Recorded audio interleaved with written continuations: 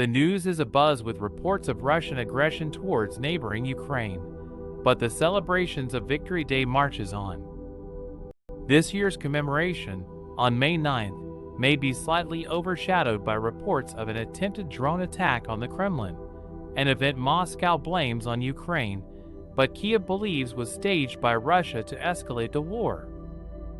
Victory Day has come to encapsulate Russian President Vladimir Putin's vision of his nation, and the parade will go forward despite some doubt and trepidation. The Victory Day parade marks the conclusion of World War II, where the Soviet Union emerged victorious against Nazi Germany in 1945, and will be held in Moscow and several other cities across Russia. However, this comes amidst a tumultuous week where several Russian cities, including Kiev, Odessa, and Kherson, have been subject to new wave of attacks from Russian forces, inflicting injury and destruction. Ukraine has responded to the Kremlin's blame by saying the drone attack was actually staged by the Russian government, and that the situation had been deliberately exacerbated to antagonize the Ukrainian forces. It has been reported that Russian military recruiters are currently targeting Central Asian migrant workers in Russia, seeking 400,000 volunteers to fight in Ukraine by offering significant pay and a quick path to Russian citizenship.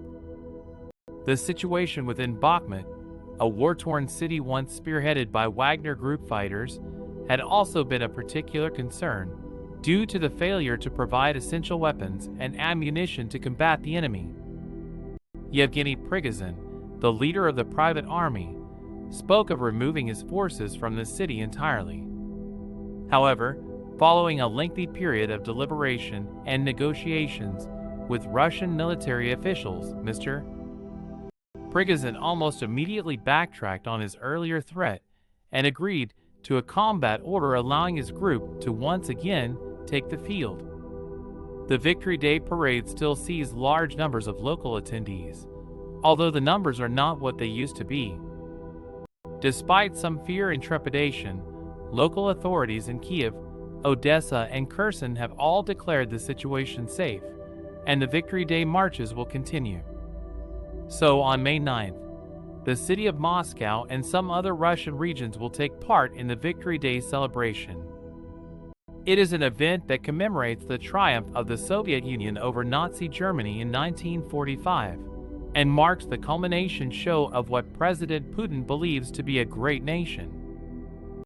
So, despite the rumblings of war, we can still commemorate our nation's victory over a deadly enemy.